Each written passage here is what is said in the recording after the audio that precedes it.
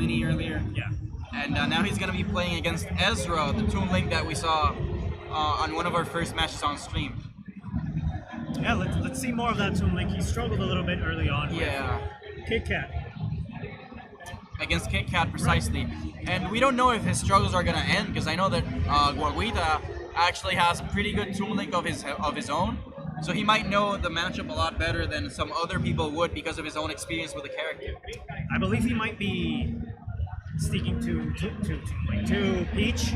He will stick to Peach, but he does have the character knowledge because of his experience playing Toon Link in friendlies and that sort of thing. Yeah, and it's a matchup that you need to know in Puerto Rico, because Chikent, being another player that has been #1 on the PR various times, he plays Toon Link. So if you don't know that matchup, you're going to have a very difficult time here in Puerto Rico. For sure. And they're going to be doing hand warmers, but it's going to be a Toon Link Peach. Not Pinch, Peach matchup. Pronunciation is hard, okay, guys? Yeah, especially when you're thinking ahead of what you're talking about, pronunciation can be difficult. We trying to stick those Latino E's and those American E's, and it's always very confusing. There are E's somewhere, but they are there. Yeah. Okay, so I should look up the bracket for the next bowl once we're done with this sets. But I'm gonna see how this goes. The crowd has been emptying up. I believe that means we have less matches in this pools already. And we're gonna get started here in game 1. Smashville, of course, a default pick by many players. What will we be seeing here in this matchup? Oh man, it's kind of hard to tell because both characters want to control space, right? And sadly, each of them are gonna have to get out of their comfort zones to be able to do like good damage to the other character. I would like to say that Toon Link might have a bit of an advantage using his projectile game to kind of hit Peach out of the air, which is where Peach is going to be floating most of the time. But that being said, Peach does have more damage up front, so that could make trades go in her favor. And as we're saying, you know, that stage control. We talk a lot about stage control, but it's one of the most important things you can have in a Smash game. Right. Any fighter, actually. Because as long as you have control of the stage in a traditional fighter, you put your opponent in the corner. You don't want to be in the corner because you have more combo potential. In this case, you, in a platform fighter, you have to recover, and that, a little bit too late on that up B. Probably expecting to still have his jump. But yeah, like, you have to come back into the stage.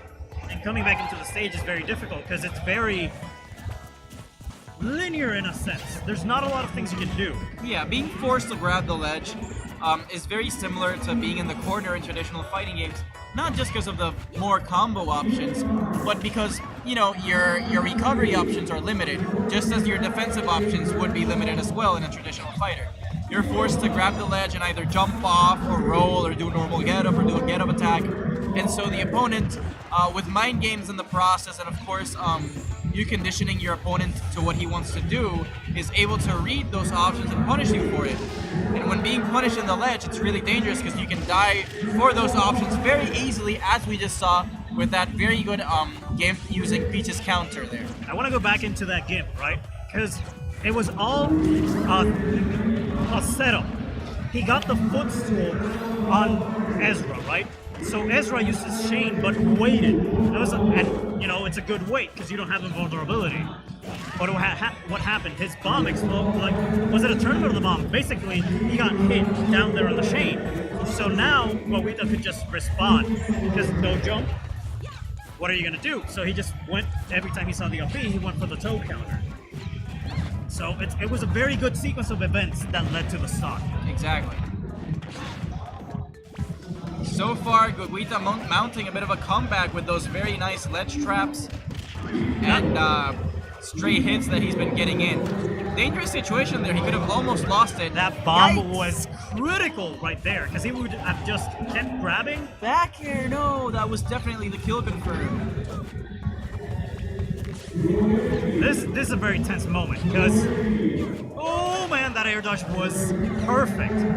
Ezra, though, you know, this is the situation he wants to be in. He needs to force. Oh no! And still living. Oh man. That was very Oh, stitch ingenious, face. however. Oh man. Okay. There we Yikes. Man, what a thriller ending on that match. That was a great read and reaction to the bomb to get the fair, using Toon Link's own weapon against him. That. I want to go back to that because that's the problem he had when he was hanging on the ledge with the chain.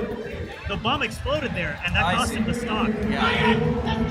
And then on this game, the bomb exploded and made him land into the forward air.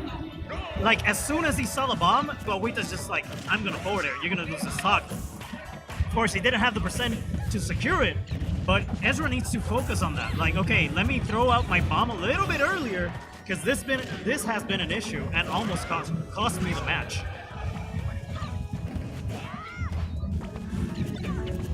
So, back to Smashville. I think the game plan they both executed there was good. Yeah. You know, there's not a lot of differences you have to make, except what I said about Ezra, that he needs to be careful about his bomb and throwing it out a little bit earlier so he doesn't risk getting hit by it himself. Guaguita, you know, he's been having issues, though, getting in. And I don't think that was very good DI either. He sort of flew into that blast zone very, very hard. He was hard DIing that one. You know, I don't want to make any assumptions too early because last game was also a bit of a comeback for Guaguita. He was down early and still managed to bring it back. But as long as Ezra stays the course, then Toon Link's zoning is a little more proficient at keeping Peach out than her approach options are at getting in. Oh, okay. Almost getting a good trade there, but The bomb actually helping though. Like like that hit made him go up to the stage. Okay, playing that Sony game much better here. nice empty jump into a grab there. Yeah, you know. Jump. Yeah, go ahead. No, he kept his jump when the turnip hit him, so that was why he was able to make it back so easily. Which means that was very good patience by Ezra on the recovery. He's been able to survive for so long. Like, this is that situation where only a hard hit is gonna kill. Yeah. And you're forced to approach. Is back throw gonna be enough? Yeah. Just about does it. From center stage 2, yeah, it should have been no doubt there. But hey, what do we know? But either way, these setups, man, from the projectiles, they have been on point this game. And it's making it very difficult for Guaguita.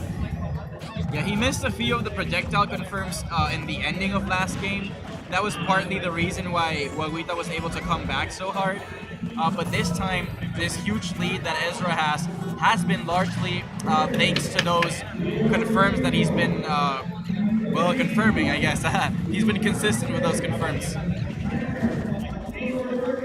Just trying.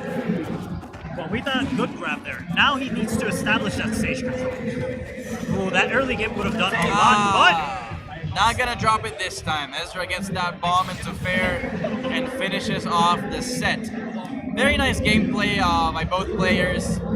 They both showed some really good moments there, both in the confirms and in Guaguita's capability to come back and gimp efficiently against the Toon Link, who is a character with a fairly good recovery, especially when he's holding a bomb. So.